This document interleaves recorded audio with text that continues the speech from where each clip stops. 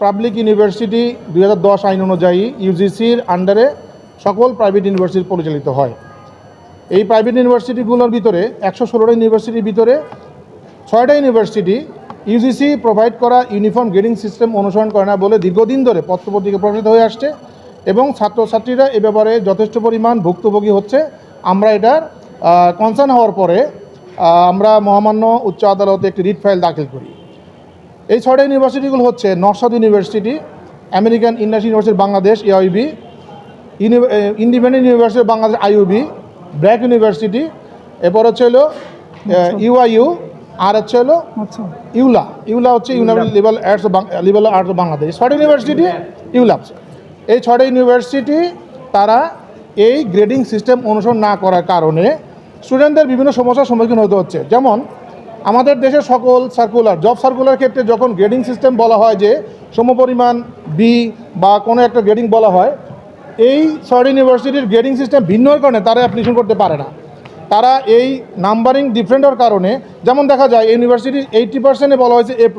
বাংলাদেশের পাবলিক এবং এই সকল প্রাইভেট ইউনিভার্সিটিগুলো, ন্যাশনাল ইউনিভার্সিটি এবং মাদ্রাসা পর্যন্ত এই সিস্টেম ফলো করে যে 80-তে A+, 60-তে B, এরকম ক্রমোলজি দেওয়া আছে। কিন্তু এই 6টা ইউনিভার্সিটি তারা অ্যাবভ 90, 93 এইরকম একটা গ্রেডিং সিস্টেম তারা তৈরি করেছে, যাতে স্টুডেন্টরা এই নাম্বার ডিফারেন্টের কারণে তারা বৈষম্যের শিকার হচ্ছে এবং যার কারণে তারা উচ্চশিক্ষার ক্ষেত্রে হোক, তারা ক্রেডিট ট্রান্সফার করার ক্ষেত্রে হোক, কিংবা এটা চাকরির ক্ষেত্রে কোনো জায়গায় যদি দরখাস্ত করতে হয়, তারা গ্রেডিংয়ের কারণে এইটা করতে পারছে না।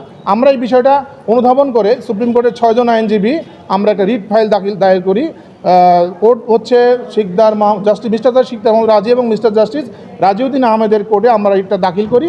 এই রিটের আজকে শুনানি অন্তে মহামান্য আদালত একটা রুল জারি করেছেন কেন এই বৈষম্য থাকবে, অর্থাৎ কেন ইউনিফর্ম গ্রেডিং সিস্টেম ফলো করা হচ্ছে না।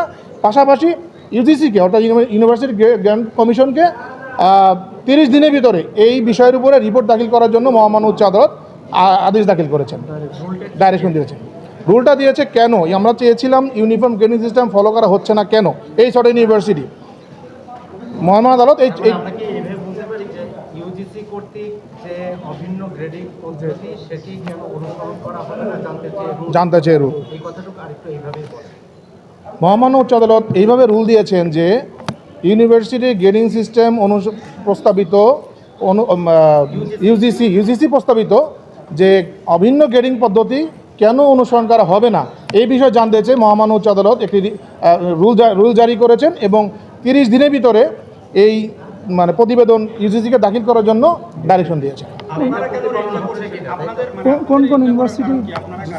আমরা হচ্ছে সুপ্রিম কোর্টের আইনজীবী। আমরা এটা PIL অর্থাৎ জনস্বার্থে এবং আমরা ফান্ডামেন্টাল ভায়োলেশন হওয়ার কারণে আমরা স্টুডেন্টদের পক্ষে, অর্থাৎ এই বৈষম্য হওয়ার কারণে আমরা সুপ্রিম কনস্টিটিউশন 102 আর্টিকেল অনুযায়ী আমরা এই ফাইলটা দাখিল করি। আমরা অভিযোগ বিভিন্নভাবে পেয়েছি, বিভিন্নভাবে আমরা জানতে পেরেছি এবং পত্রপত্রিকায় নিউজ হয়েছে। আমরা পত্রপত্রিকাগুলো এখানে আমাদের রিটে দাখিল করেছি। তাদের কোনো পার্টি করা হয়নি। আমরা স্ব-উদ্বোধনিত হয়ে পাবলিক ইন্টারলিটিগেশন ফোরামে এখানে আমরা রিটটা দায়ের করেছি।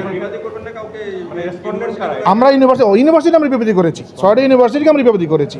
এখানে বিবাদী করেছি আমরা মিনিস্ট্রিকে, ইউজিসিকে বিবাদী করেছি, আর রেজিস্ট্রার সব ইউনিভার্সিটি রেজিস্ট্রারকে বিবাদী করেছি। আমরা ইউজিসিকে নোটিশ পাঠিয়েছিলাম, ইউজিসিকে আমরা লিগাল নোটিশ পাঠিয়েছিলাম আগস্টের 28 তারিখে। ইউজিসি আমাদের কোনো রিপ্লাই দেয় নাই। আমরা যতটুকু জানি বাংলাদেশে আপনি যে কয়টা ইউনিভার্সিটির কথা বললেন, মানের দিক দিয়ে প্রাইভেট ইউনিভার্সিটিগুলোর মধ্যে এগুলো প্রায় শীর্ষে। সেই ইউনিভার্সিটিগুলো সম্পর্কে এই অভিযোগ, এটি কি তাদের সাথে কোনো আলোচনা হয়েছে? তাদেরকে কোনোভাবে আপনারা কমিউনিকেট করেছেন? না, আমাদের পক্ষ থেকে আমরা ইনফর্ম হয়েছি যে তারা এই বিষয়টি আমলে গ্রহণ করছে না এবং পত্রপত্রিকায় নিউজ হয়েছে, ফার্দার নিউজ হয়েছে, আপনাদের পত্রিকাতে নিউজ হয়েছে। আপনারা দেখেন যে এই ইউনিভার্সিটি গ্র্যান্ট কমিশন ইউজিসি বারবার তারা আমাদেরকে পত্রপত্রিকার মাধ্যমে জানতে পেরেছে, তারা বারবার তাদেরকে বলছে, নোটিশ করছে, তারা মানছে না। ইভেন ইস্ট ওয়েস্ট ইউনিভার্সিটি এবং IUBAT আর হচ্ছে হলো IUC এরা এরকম প্রবলেম ছিল, নোটিশ করবে, তারা সংশোধন করে নিয়েছে। ইউজিসি নির্দিষ্ট ফোরাম বলতে ইউজিসি যে প্রোভাইড করেছে, ইউজিসি 2010 আইন অনুযায়ী প্রাইভেট ইউনিভার্সিটি ইউজিসি ফলো করবে, তাদের প্রোভাইড যত কিছু ইনস্ট্রাকশন আছে তারা ফলো করবে। সেখানে এই গ্রেডিং সিস্টেমও আছে এবং পরবর্তীতে যতগুলা প্রোগ্রাম কোনো ইউনিভার্সিটি যে থ্রো করেছে সেটা পারমিশনের ক্ষেত্রে ইউজিসি স্পষ্ট জানতে চেয়েছে আপনাদেরকে এটা মানতে হবে এবং এইটা ইউজিসি ওই 6টা বিশ্ববিদ্যালয়কে মানাবে, এটার কোনো আইনি বাধ্যবাধকতা আছে কিনা, যদি থাকে সেটা কেন অ্যাপ্লাই করছে? আমরাও সেটা জানতে চাই কেন অ্যাপ্লাই করছে না। আমরাও জানি যে ইউজিসি এটা মানাতে বাধ্য, কারণ আপনারা জানেন ইউনিভার্সিটির ক্ষেত্রে যতগুলো আইন হয়েছে, নির্দিষ্ট ক্যাম্পাসের ক্ষেত্রে আইন হয়েছে, নির্দিষ্ট স্টুডেন্ট ইয়ার ক্ষেত্রে আইন, ভর্তির ক্ষেত্রে আইন হয়েছে, সবই ফলো করছে, কিন্তু রেজাল্ট ফলো করছে না। এটাও তো তাদের পক্ষ থেকে প্রোভাইড করা হয়েছে। আরেকটা জিনিস জানতে চাই যে 80তে যদি A+ হয়, ইন্টারন্যাশনাল ভাবে কি ওই 80 A+টাকে কাউন্ট করে? আমরা সেক্ষেত্রে ওরা কেন 90 করছে? আমরা এইটা নিজেদের স্টুডেন্টদের মান বাড়ানোর জন্য এরকম কিছু?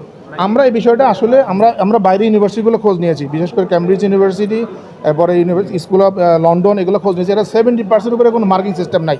এরা সব ইউনিভার্সিটিগুলো আবার প্যারালাল সেম 70% এসে তারা আবার তাদের ইকুয়াল করে দিয়েছে, তাদের 90-80 নাই। এরা কোন যুক্তিতে এরা বলছে এদের কাছে যখন সাংবাদিকরা প্রশ্ন করেছিল, তারা বলছে আমাদের এখানে স্টুডেন্টদেরকে তারা বাইরে যাবে, তাদের এই সেই, আসলে যৌক্তিক কোনো তথ্য আমাদের কাছে পাইনি যে কেন হচ্ছে না। কারণ ঢাকা ইউনিভার্সিটি স্টুডেন্ট যদি 80-তে A+ পায়, তো নর্থ সাউথ ইউনিভার্সিটি 90-তে A+ পাইতে হবে কেন? ঢাকা ইউনিভার্সিটি যদি 60-তে B+ পায়, ইআইবি স্টুডেন্টকে 80-তে B+ পেতে হবে কেন? একটা বিষয়, এই যে 30 দিনের ভিতরে যে রিপোর্টটা দিবে, এই রিপোর্টে আসলে কি থাকবে, মানে কোন ইউনিভার্সিটি সবগুলো থাকবে নাকি সাথে রাখবে? এই 6টি ইউনিভার্সিটি সহ আরও কোনো প্রবলেম বা আরও এই প্রবলেম কেন হচ্ছে, এই সকল বিষয়গুলো এই রিপোর্টে দাঁড়িয়ে আপনার পুরো নামটা একটু বলেন। Mohammad Golam Kibria. Thank you. Thank you. Mahmud Razi R